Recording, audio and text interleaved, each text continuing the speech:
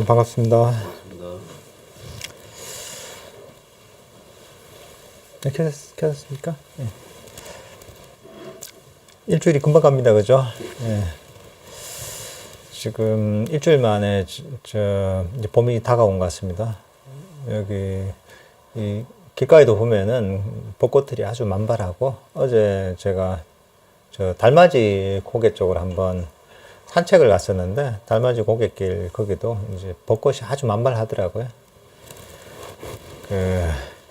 이 세상에 난리가 나다 그래도 이 봄은 오는 것 같습니다. 예.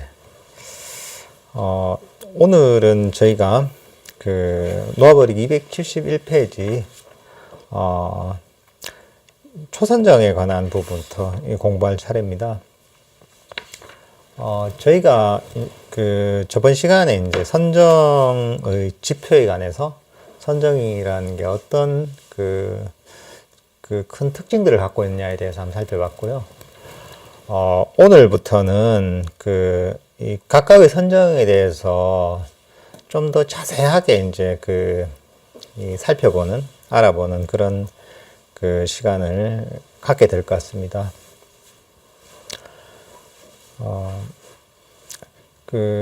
저희가 불교 명상이라고 하면은 8정도라고 할 수가 있습니다. 불교 명상을 한마디로 얘기하자면 8정도라고 얘기할 수가 있는데, 이 8정도 중에 제일 마지막에 해당하는 정정이 있죠, 그죠?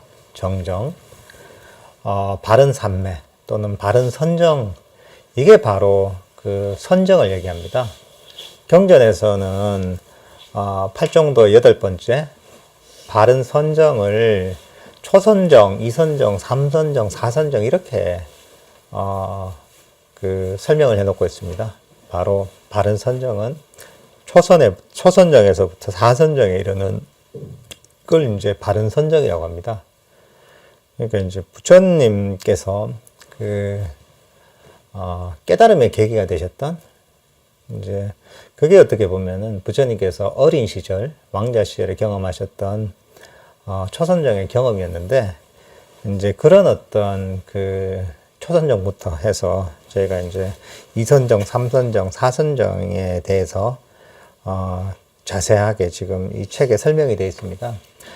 사실 이 선정에 대해서 이렇게 자세하게 체험되고 설명이 되어 있는 그런 것은 없습니다. 사실 이게 경전에도 어떻게 보면 상당히 비유적으로 표현이 되어 있고, 일반적으로도 아주 경전에서 얘기하는 정도 수준으로 좀 추상적으로 얘기한 정도지, 이렇게 자세하게 설명해 놓은 책이나 이런 책은 없을 겁니다.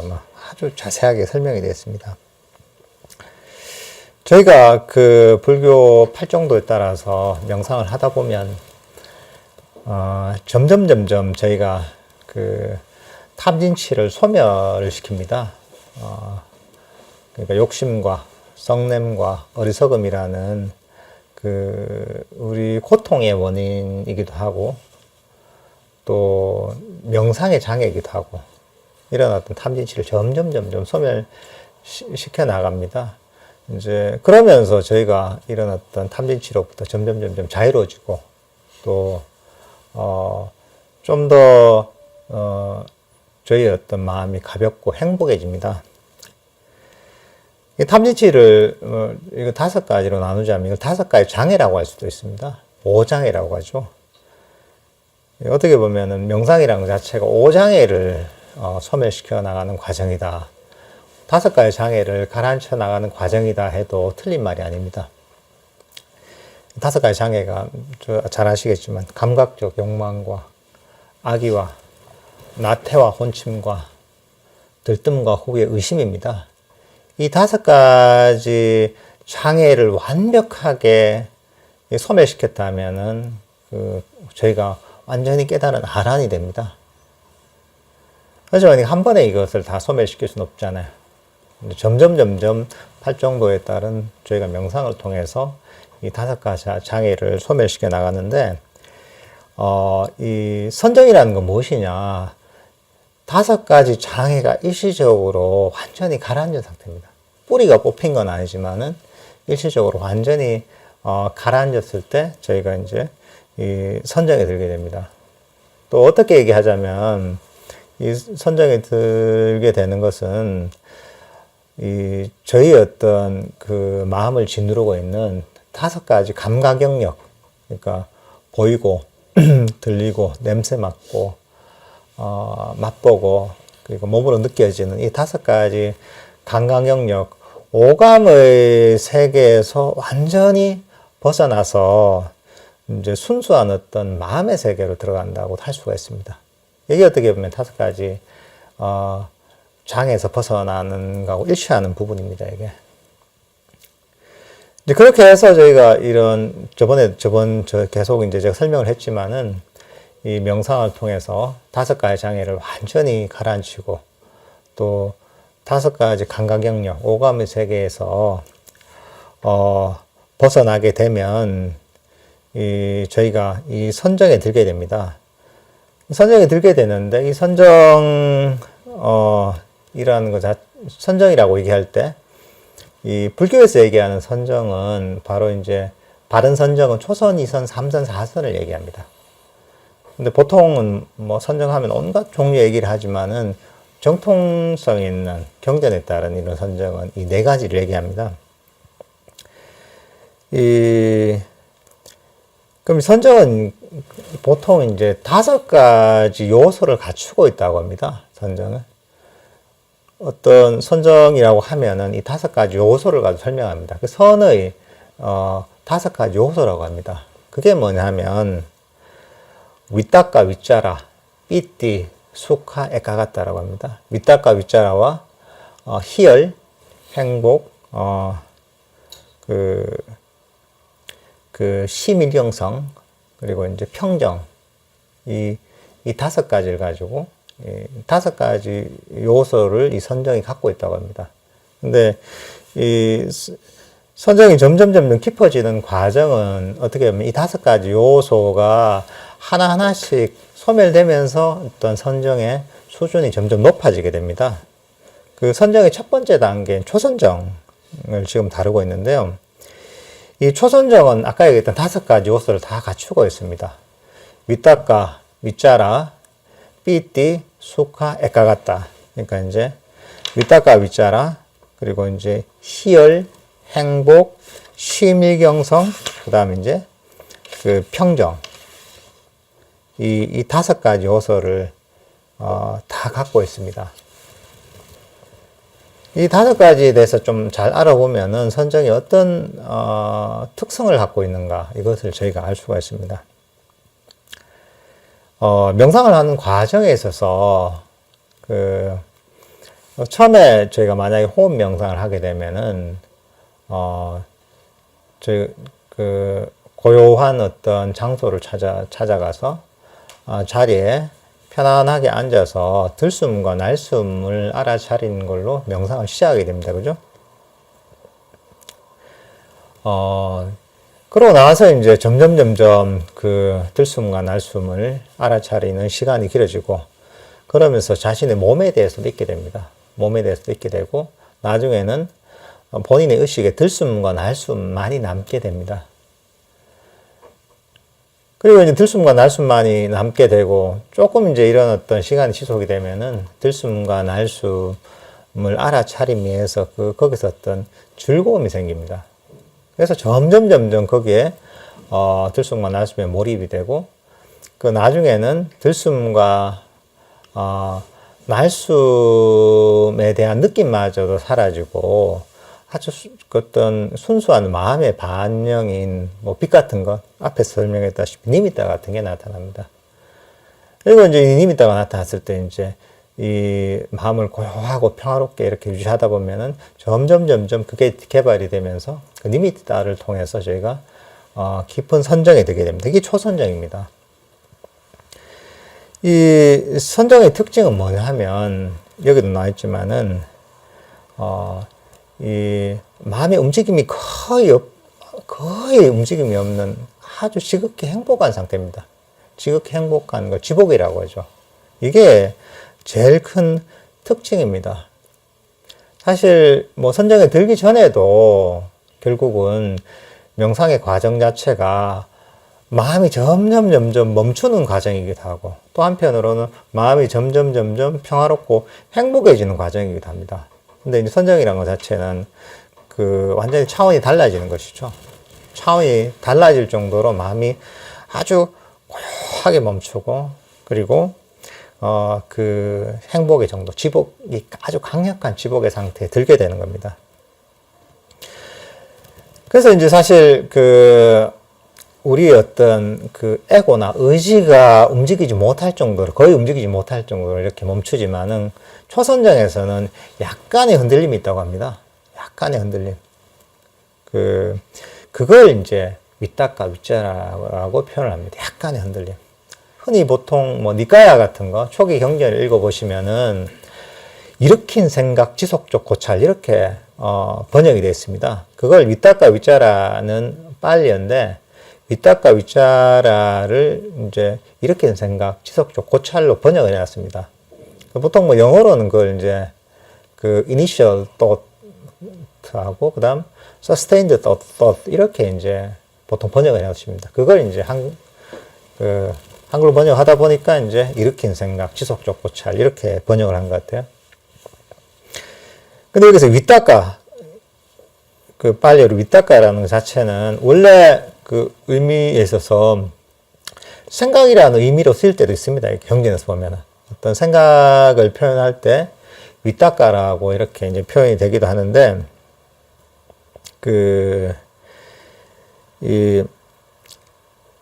사실 이 선정 상태에서는 기본적으로는 생각은 훨씬 이전에 버리게 됩니다.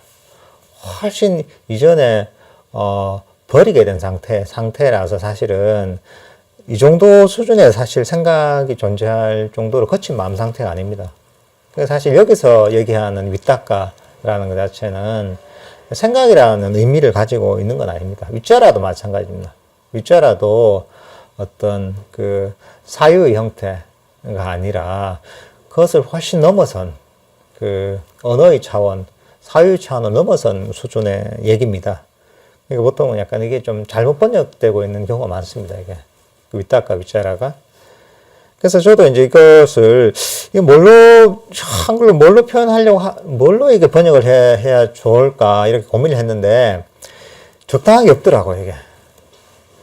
이게 일으킨 생각 지속적 고찰해버리면 이게 어떤 생각을 얘기하니까 이게 맞지 않으니까 참 이 번역할 만한 단어가 없어서 그냥 원어 그대로 제가 놔둔 거였거든요. 근데 이거는 생각의 차원은 아니고 일종의 선정에 들었을 때 일어나는 마음의 어떤 미세한 요동입니다, 이게. 근데 사실 이 상태에서는 어떤 우리가 니미타를 통해서 선정에 드는 과정에서 에고가 사실 거의 사라졌기 때문에 어떤 마음의 움직임이 거의 없게 됩니다. 거의 없게 돼서 자기가 통제를 잃게 되는데, 그럼에도 불구하고 이 초선정의 어떤 선정의 속성상 아주 강력한 지복, 그런 어떤 지복이 너무 강력하고 너무 감미롭기 때문에 아주 약간의 어떤 찌꺼기를 남게 된다고 합니다. 집착의 찌꺼기. 그러니까 이것을 너무 달콤하기 때문에 잡으려고 하는 마음이 조금 생기는 거죠. 저절로. 근데 이제 이 지복을 움켜쥐는데, 좋은 게 있으면 움켜쥐려고 하잖아요. 움켜쥐려고 하는데, 근데 이제 움켜쥐는데, 이제 또 저절로 이것들도, 선정 상태에서는 움켜쥐면서 이것들도 움켜쥐기 때문에, 움켜쥐게 되면은 이 지복에서 오히려 멀어지게 되거든요. 왜냐하면 이런 선정이란에서 생긴 지복은 결국은 놓아버리면서 생긴 것이거든요.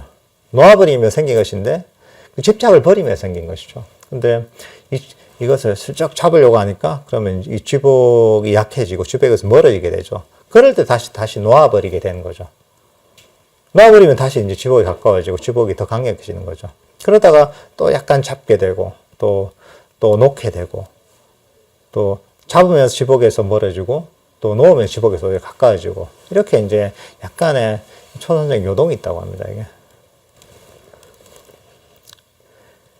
이런 어떤 그 미세한 요동, 이걸 이제 윗닭과 윗자라라고 표현을 합니다. 그러니까 여기서 얘기하는 그 지복 아주 강력한 행복 있다면은 그것을 거기에 대한 어떤 아주 미세한 움켜짐, 이게 윗자라라고 할 수가 있는 거고, 그리고 움켜졌을 때 다시 이제 놓아버리는 거, 이게 윗닦아라고 할 수가 있는 겁니다. 그러니까 이러면서 이제 미세한 요동이 있는 거죠.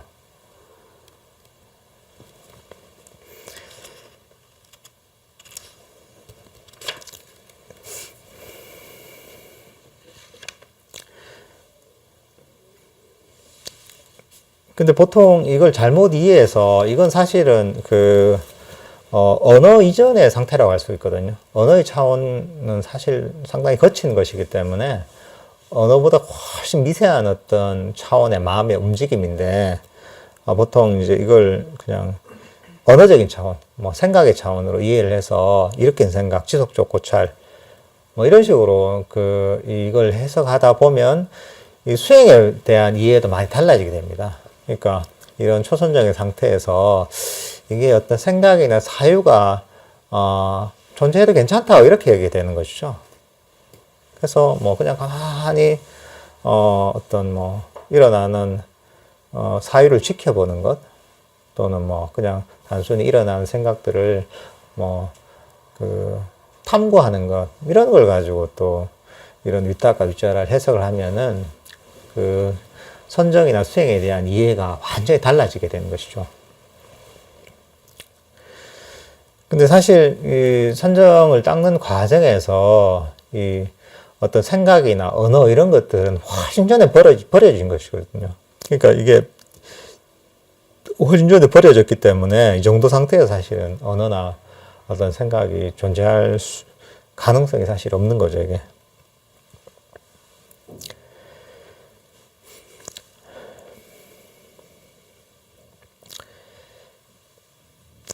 그러니까 이제 이 초선정에서 윗닦아 윗자라는 이런 요소입니다. 이게 언어 이전의 어떤 강력한 지복, 놓아버리면 생긴 강력한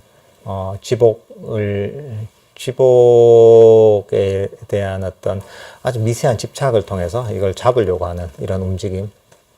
그리고 그렇게 되면 이제 지복에서 멀어지게 되고 지복이 약해지기 때문에 이럴 때 다시 자동적으로 이제 이것을 놓아버리는 어떤 이 작용이 있게 되는데, 이렇게 되면 이게 윗닦아죠. 이렇게 되면은 또 지복에 더 가까워지고 지복이 더 강력해지는 거죠. 이렇게 미세하게 이 왔다 갔다 하는, 지복을 대상으로 해서 왔다 갔다 하는 이런 어떤 마음의 미세한 움직임들, 요동들이 윗닦아 윗자라라고 할 수 있습니다.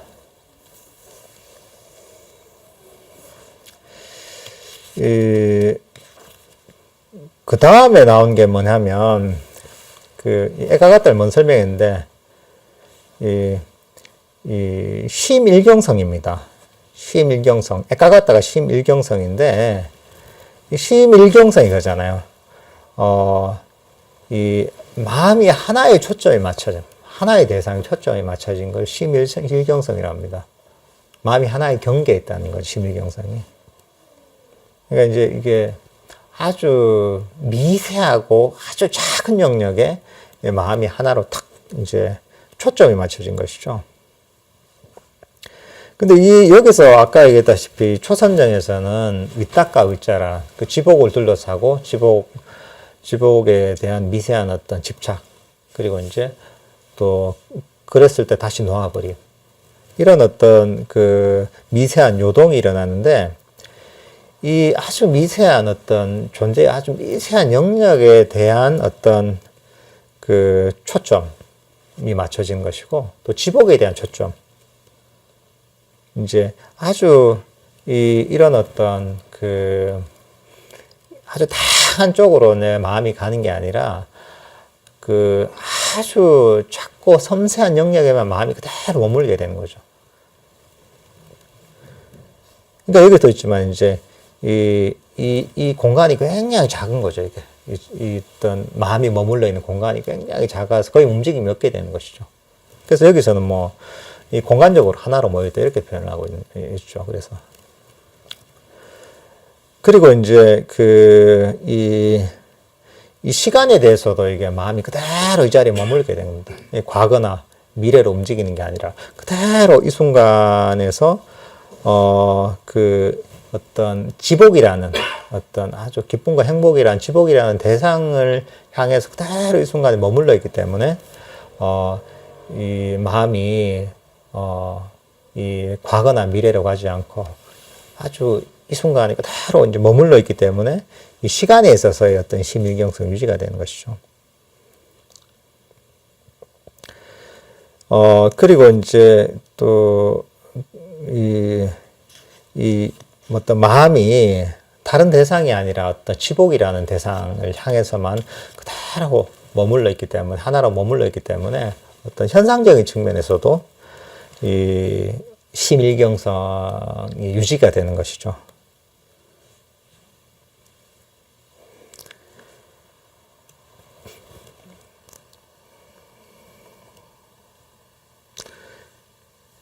그래서 여기서는 이렇게 표현을 합니다. 공간에서의 심일경성은 어떤 이 비이원적인 의식, 그러니까 이게 둘로 나눠진 게 아니라 하나만 알아서 비이원적인 의식이라는 독특한 경험을 일으키고, 그리고 이 어떤 시간에 대한 어떤 심일경성은 이게 아주 영원한 어떤 이런 느낌을 일으키는 것이죠. 그리고 이제 이 하나만을 알아차리기 때문에 우리가 어떤 이해라는 게 그렇잖아요. 이해라는 것이 비교에 의해서 우리가 어떤 이해가 생기는 것이거든요. 근데 그게 아니라 한 각다로 하나만을 알아차리기 때문에 어떤 이해가 생길 수가 없는 것이죠. 그러니까 이제 이런 어떤 본인의 경험에 대한 이해도 그런 어떤 초선정에 머물러 있을 때는 생길 수가 없는 것이고, 여기서 나와서야 기억을 통해서 이걸 이해할 수가 되는 것이죠. 그러니까 사실은 이해도 사실은 사라지게 되는 것이죠. 이런 상태에서는.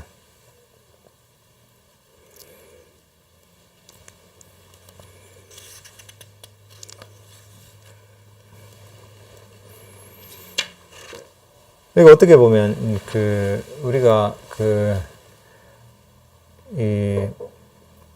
어떤 상태에 오래 머물러 있지 못하는 이유 중에 한 가지는 뭐냐 하면, 과거나 미래에 대한 어떤 이런 생각들 때문에 어떤 거기에 자꾸 자극을 받거나 거기 끌려가게 된단 말이죠. 그러면서 내가 현재 머물러 있지 못하고 과거로 가거나 미래로 가거나 생각으로 쫓아가거나 이렇게 되는데, 이때는 어떤 이 마음이 과거나 미래로 움직일 여지가 없는 상태가 유지가 되기 때문에 굉장히 오랜 시간 동안 안정된 상태로 이렇게 이런 상태가 지속이 될 수 있다는 것이죠.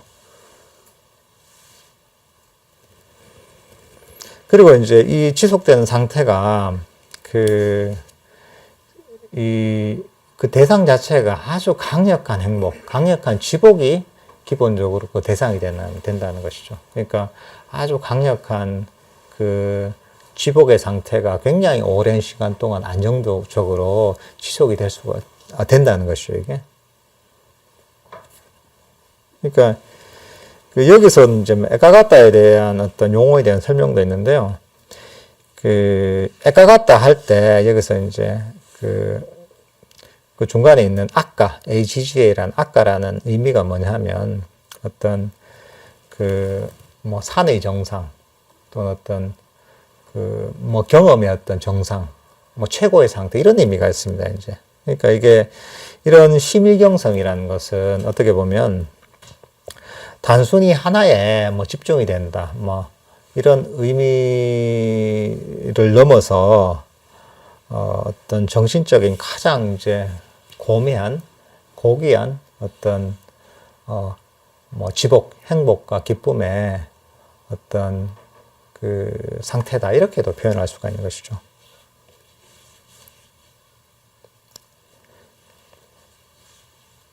그 다음 여기서 설명한 건 뭐냐면은 선정의 5요소 중에 기쁨과 행복입니다. 그 팔리어로 삐띠 수카라고 합니다. 삐띠 수카. 여기서 기쁨과 행복이라고 할 때는 일반적인 우리가 쓰는 기쁨과 행복과는 좀 다른 개념입니다.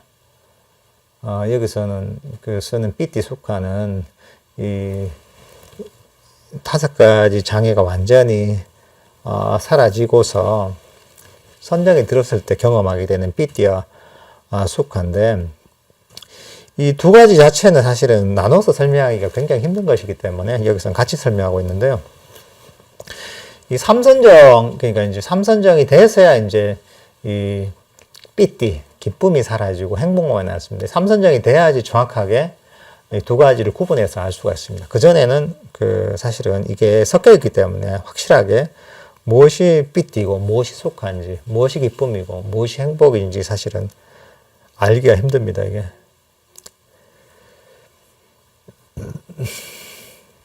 여기서 얘기한 기쁨과 행복, 그러니까 이제 지복이라고 한마디로 표현할 수가 있는 것이죠. 근데 이게 보면은 선정의 대상이 되는 것이죠. 우리가 이 기쁨과 행복이 어떤 알아차림, 마음 챙김의 대상이 되기 때문에 이 어떤 기쁨과 행복, 이 지복이 초선정의 가장 이제 두드러진 지배적인 특징이라고 할 수가 있습니다. 보통 이런 어떤 이 선정 경험들, 뭐 불교 수행을 하는 사람도 경험을 하게 되지만은 때로는 드물게는 다른 어떤 전통에서도 경험하는 경우가 있습니다. 이게 어떤 옛날에 인도에서 어떤 요가 수행을 하다 경험할 수도 있을 것이고, 중세 이런 데 수도사들이 막 사막이나 동굴에서 기도하면서도 경험할 때도 있는 것이고,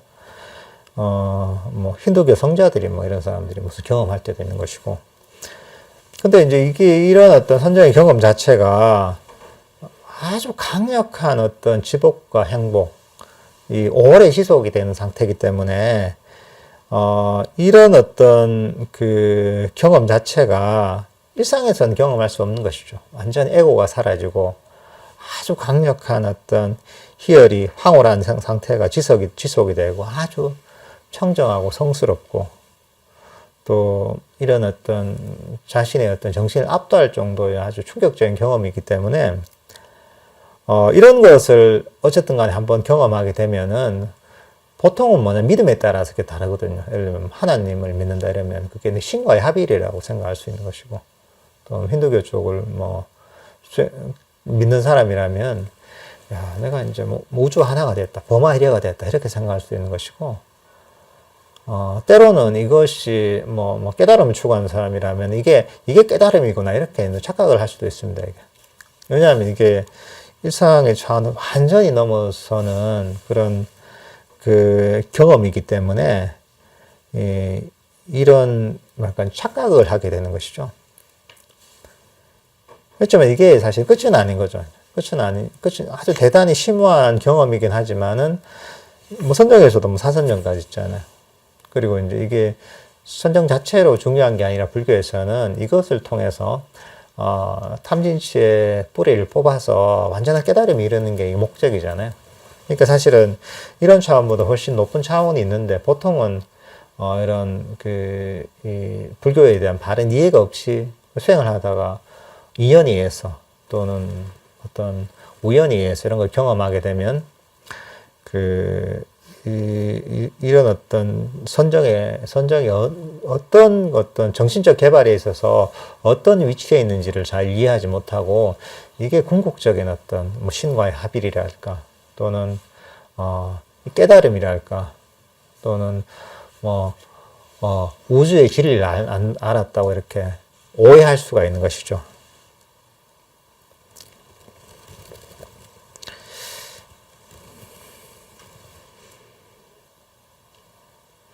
그래서 저번에도 한번 얘기했지만은 이런 어떤 이 선정에 대한 이해가 잘 없는 경우가 많습니다. 부처님 당시에도 보면 당시 자이나교 교주였던 마하비라에 관한 일화가 나거든요. 마하비라 같은 경우에도 어떤 경전에 나오는 내용을 보면은 이런 어떤 선정에 관한 얘기를 듣고서 이것은 불가능한 거다. 이게 되는 사람이 어딨냐 이렇게 생각할 정도로 부처님 당시에도 이런 어떤 가르침들이 거의 불가능한 걸로 여겨졌었거든요.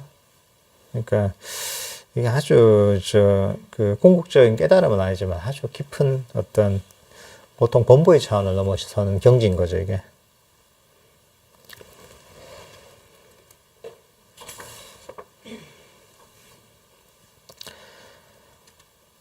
그리고 이 초선정에서 생기는 어떤 이런 지복, 여기 이제 삐띠속과 기쁨과 행복은,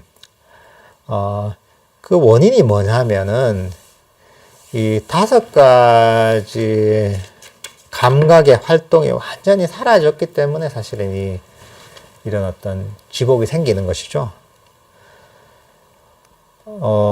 우리가 5가지 감각 영역이 오감의 세계가 우리가 뭐 이런 오감의 세계에 살고 있기 때문에 이게 마음의 짐임을 모르고 또 이게 얼마나 큰 고통을 일으키는지 모르지만은 우리가 명상을 통해서 이 5가지 감각의 영역, 5가지 감각의 세계에서 벗어나게 되면은 그때서야 스스로가 얼마나 무거운 마음의 짐을 지고 있었는지, 얼마나 그게 고통스러운지를 알게 되는 것이죠.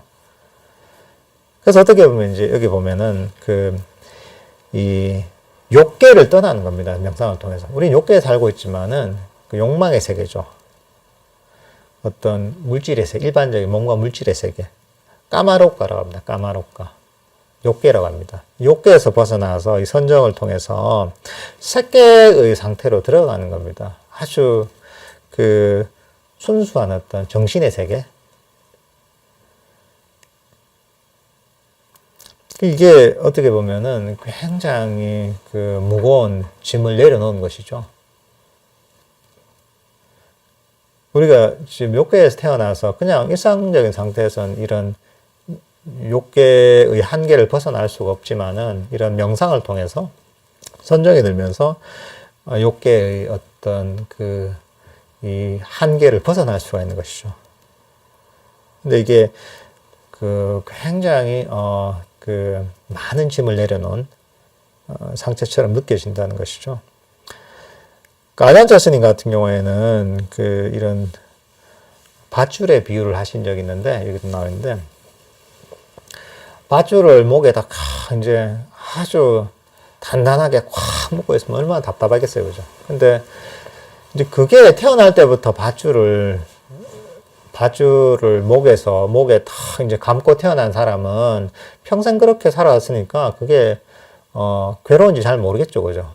그런 고통에 익숙해져서 사는 게 원래 그렇지 이렇게 여기는 것이죠. 근데 그게 아니라 이 밧줄이 팽팽하게 조여있던 밧줄이 느슨해지면 어떻게 되겠습니까? 느슨해지면은 정말 편안하겠죠, 그죠? 저번에 숨이 못이 확 단단하게 이제 목을 조이고 있었는데, 그 조이고 있던 밧줄이 느슨해지면은 숨쉬기 얼마나 편하겠어요? 고통이 훨씬 사라지겠죠. 근데 어릴 때부터 사실은 그렇게 목에 밧줄을 단단히 감고 있었기 때문에 이 밧줄이 느슨해지기 전까지는 그게 얼마나 괴로운지, 얼마나 고통스러운지를 알지 못하는 거죠. 그렇지만 이 밧줄이 느슨해지고 나면 야, 내가 정말 괴로웠구나, 고통스럽구나, 그걸 알게 되는 것이죠, 이게. 이 선정도 비슷한 것이죠, 이제. 선정에 들게 되면서 어떤 5가지 감각의 세계를 벗어나게 되면서 그게 정말 고통이었구나, 정말 괴로웠구나, 이것을 인식을 하게 되는 것이죠. 이런 어떤 이 초선정에서 생기는 지복, 어떤 기쁨과 행복, 삐띠숙하는 이 5가지 감각 영역의 세계가 이 세계의 짐이 사라짐에 의해서 생긴 어떤 그 지복이라고 할 수가 있습니다.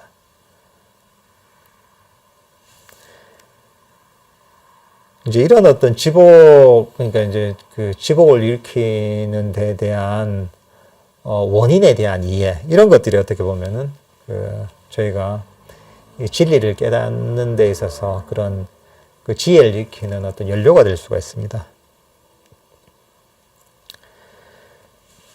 그래서 여기서는 이제 앞에서 얘기했던 걸 초선정의 특징을 5가지로 요약을 했습니다. 아까 얘기했던 선의 5요소입니다. 첫 번째, 윗닦아 윗자라, 지복으로 다가가고 멀어지는 그런 어떤 미세한 요동이죠. 그 다음 세 번째가 심일경성입니다. 에카가타, 어떤 비이원성, 영원함, 고요한 멈춤으로 경험이 되는 심일경성이고, 네 번째, 5번째가 기쁨과 행복입니다. 삐띠와 쑥합니다. 어떤 5가지 감각의 물질 세계를 능가하는 어떤 지복, 지극한 행복으로 경험이 되고, 이런 어떤 5가지 감각의 세계를 완전히 벗어남에 의해서 그런 지복의 어떤 연료가 공급이 되는 겁니다.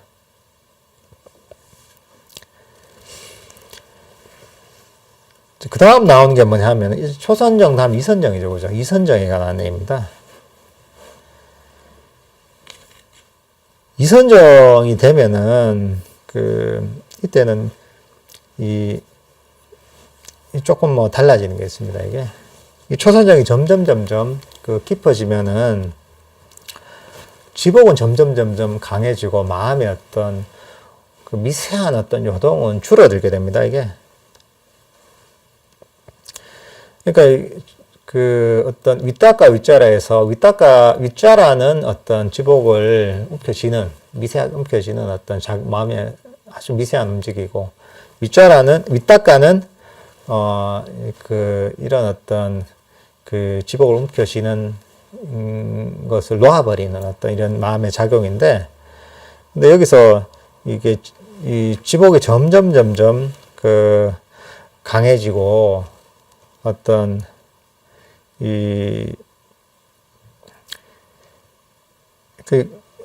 강해지기 때문에 이게 어떤 움켜쥐는 어떤 힘 자체가 뭐랄까 이제 아주 큰 어떤 이제 그 지복이 멀어질 정도로, 지복이 어떤 약해질 정도로 움켜쥐지는 않는 이런 상태가 되게 됩니다. 그러니까 이 초선정에서는 지복을 움켜쥐면서 지복이 멀어지고 지복이 약해졌는데, 이때는 지복도 강력해지고 움켜쥐는 것도 좀 약해졌기 때문에, 이거 슬쩍 움켜쥐고 있어도 지복이 약해지거나 어떤 이제 움직임은 지복의 어떤 변화를 일으키는 정도는 아니라는 거죠. 그러니까 이것을 놓아버릴 어떤 윗닦아가 작용할 필요가 없는 상태가 됩니다, 이게 보면 이제, 그러니까 이제 윗닦아가 없는데 윗자라만 있는, 윗자라 삐띠쑥과 에카가타만 있는 이런 어떤 상태가 되는 겁니다, 이게. 근데 요건 뭐냐면, 근데 여기서 아까 얘기했다시피 완전히 움켜쥐는 거 이것마저도, 윗자라마저도 사라진 상태가 이선정이고, 제가 아까 설명한 거는 윗닦아만 사라진 상태는, 그러니까 초선정과 이선정의 중간 상태가 되는 거죠. 요게 경전에 또 나와 있거든요. 그래서 보통 대부분의 경우는 4선정으로 설명하는데, 어떤 데는 5선정으로 설명하는 데도 있습니다, 이게. 그러니까 어떤 지복에 대한 움켜짐과 놓아버림, 마음의 요동, 이 2가지 중에 윗닦아가 사라지고 윗자라 삐띠숙과 에카가타만 있는 요런 어떤 그 상태를 선정으로 보면은 하나가 더 늘어나잖아요, 그죠? 그래서 5선정으로 보는 경우도 있고, 일반적으로는 요게 대해서는 잘 설명 안 합니다. 일반적으로는 그냥 윗닦아 윗자라가 동시에 사라지는 걸로 해서 이런 상태를 2선정으로 봅니다. 어쨌든 간에 이제 이렇게 이제 중간적인 상태, 윗닦아는 작용할 필요가 없고 윗자라는 존재하는 이런 상태가 되다가 그리고 그 점점 이 마음이 고요하게 더 멈추면서 마음이 안정되면서 이 지복이 더 강력해지게 됩니다. 강력해지게 되면서 마음에 어떤 자신감이 생겨서 이걸 잡을 필요가 없게 느끼게 되는 상태가 됩니다. 이게. 그러니까 이제 더 이상 잡을 필요가 없으면 윗자라가 존재하지 않게 되는 거죠. 그러면서 이 윗닦아 윗자라를 전체를 완전히 놓아버리게 됩니다. 이게. 이렇게 되면은 마음의 요동이죠. 이제 윗닦아 윗자라가 마음의 어떤 미세한 요동을 만든다고 했잖아요. 지복을 움켜쥐고 지복을 놓아버리고 움켜짐을 놓아버리고 이런 상태가 약간의 미세한 요동을 만들었는데 이게 완전히 사라지게 되는 것이죠. 이게 완전히 사라지게 되면은 마음이 그야말로 그 조금의 미동도 없이 그대로 고요하게 멈추게 되는 것이죠.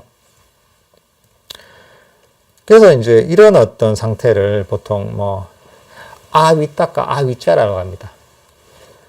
아가, A가 보면 뭐냐면 부정 접두어거든요. 그러니까 이제 윗닦아도 없고 윗자라도 없는 상태가 됩니다.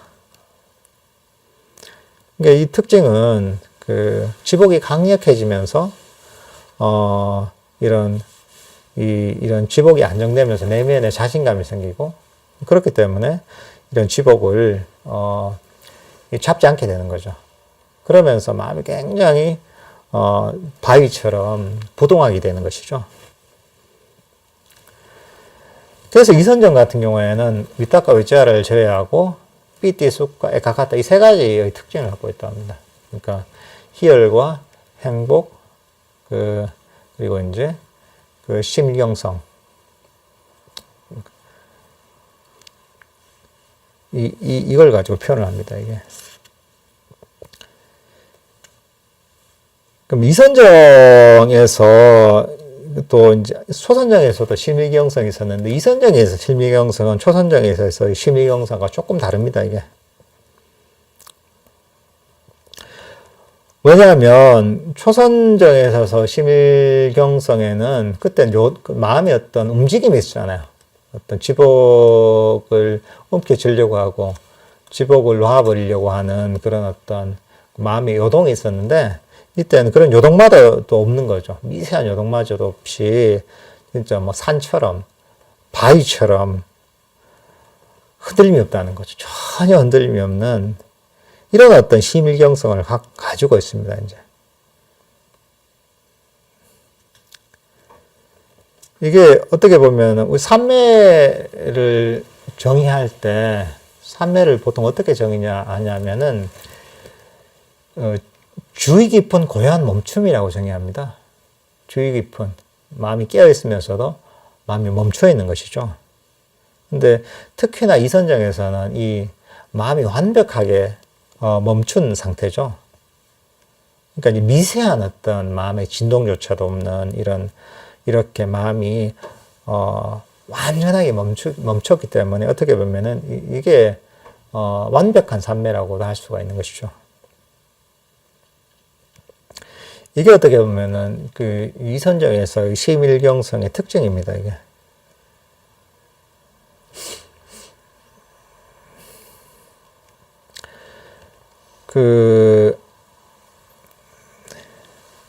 그리고 이때 생기는 이선정에서의 어떤 희열과, 행복.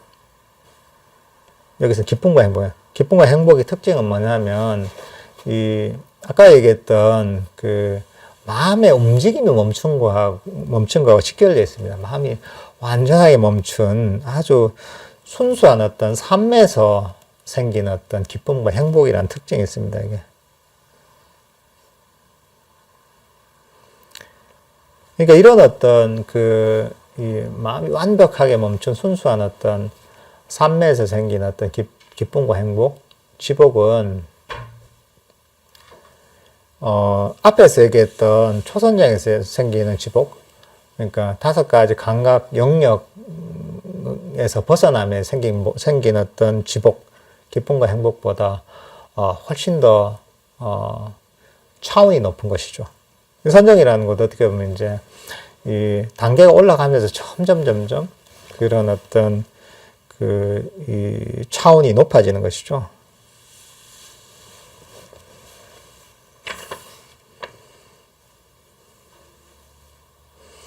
그리고 또 다른 이선정의 특징은 뭐냐면은 그 모든 행함이 사라졌다는 겁니다. 행함이라는 건 어떻게 마음의 움직임이라고 할 수가 있거든요. 근데 위탁과 위자라가 사라졌기 때문에 마음의 모든 어떤 행함이 하는 것이 사라진 것이죠. 이게 어떻게 보면은 우리가 그 삶을 살면서 이선정이 들었어야지 행함이 뭔지를 알게 되는 것이죠. 이게 완전히 사라져야지 그게 이해가 되는 것이죠.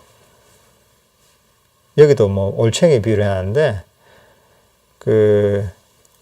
올챙이가 물속에 있을 때는 물이 어떤 것인지 완전히 알지 못합니다. 왜냐하면 거기 항상 있다 보면은 익숙해져서 이게 어떤 특징을 갖고 있는 것인지 알지 못합니다. 근데 올챙이가 이제 커가지고 깨구리에 대해서 물에서 나오게 되면은 이 물이 어떤 것인지 이해하게 되는 것이죠.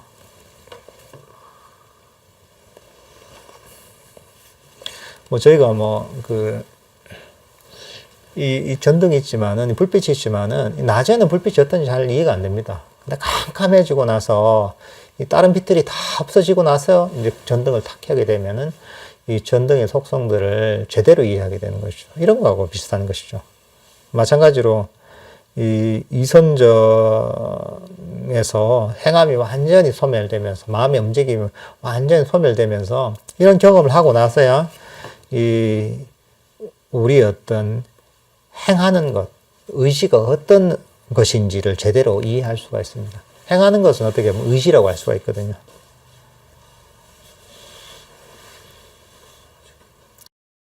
그러니까 이제 이때서야 어떻게 보면은 우리가 한 번도 사라지지 않았던 의지가 사라지게 되면서 어떻게 보면 의지라는 것도 항상 존재하는 것이 아니라 이것도 일어났다 사라지는 것이구나, 이런 것들을 이해하게 되는 것이죠. 항상한 것이 아니고 영원한 것이 아니라는 것을 이해하게 되는 것이죠.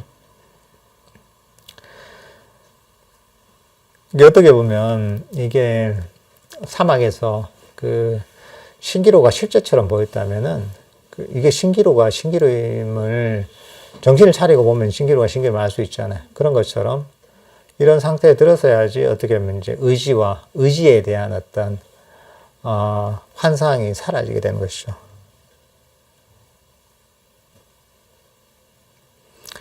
안 나오나요?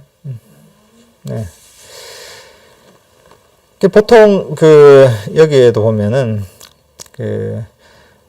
이 철학자 데카르트가 있죠. 여기 사르트르라고 되어 있는데 잘못되어 있네, 그죠? 데카르트가 나는 생각한다, 고로 존재한다, 이런 얘기를 했죠, 그죠?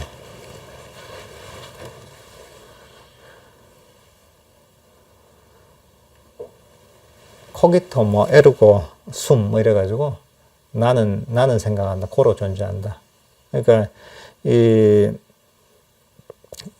생각, 어떤 이게 행함이라고 할 수가 있다. 내가 생각하기 때문에 존재를 한다는 것이죠. 근데 이제 사실 이런 이선정에 있어서는, 이 존재는 있지만은 그런 어떤, 이 행함은 없는, 생각은 없는 이런 상태가 있다는 것이죠. 일종의 이제 나는 생각한다는 것은 어떻게 보면은, 의지가 있는 것이거든요. 근데 이런 존재는 있지만은 의지나 생각이나 행함이 없는 이런 상태가 있다는 것이죠, 이게. 그러니까 이제 이런 이 데카르트가 얘기했던 이런 이 가장 확실한 진리라고 믿었던 이런 명제들조차도 이 경험을 통해서 이게 사실이 아니고 이런 걸 확실하게 알 수가 있는 것이죠. 뭐냐면 이 존재는 있지만은 의지나 생각이나 어떤 에고가 없는 이런 상태가 존재하기 때문에 그런 것이죠.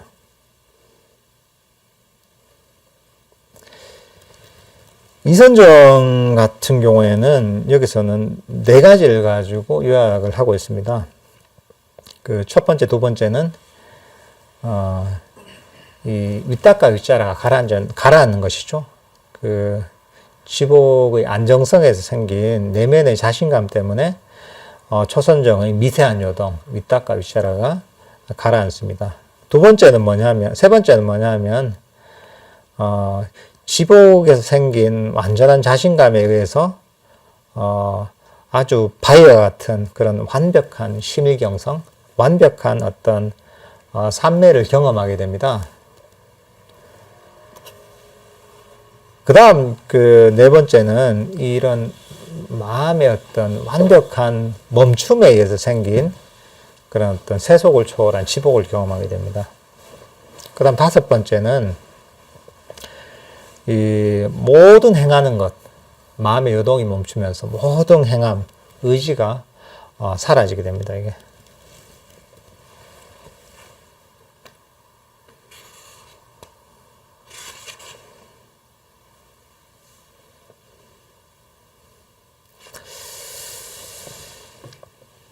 지금 시간이 한참 됐네요, 그죠?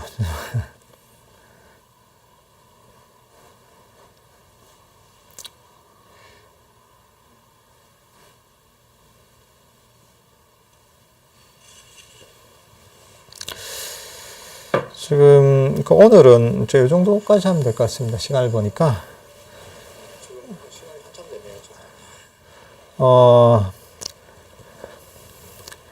오늘 제일 조용한 것 같아요.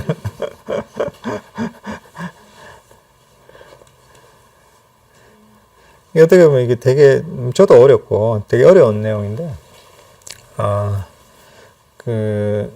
어떻게 보면 이제 그 불교 수행에서 하이라이트라고도 할 수 있는 아주 깊은 내용을 아주 구체적으로 다루고 있는 내용입니다.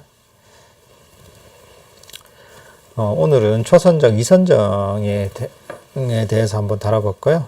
다음 시간에 삼선정, 사선정에 대해서 한번 알아보도록 하겠습니다. 그리고 뭐 질문이 있으면은 질문을 해주시면 되겠습니다. 이게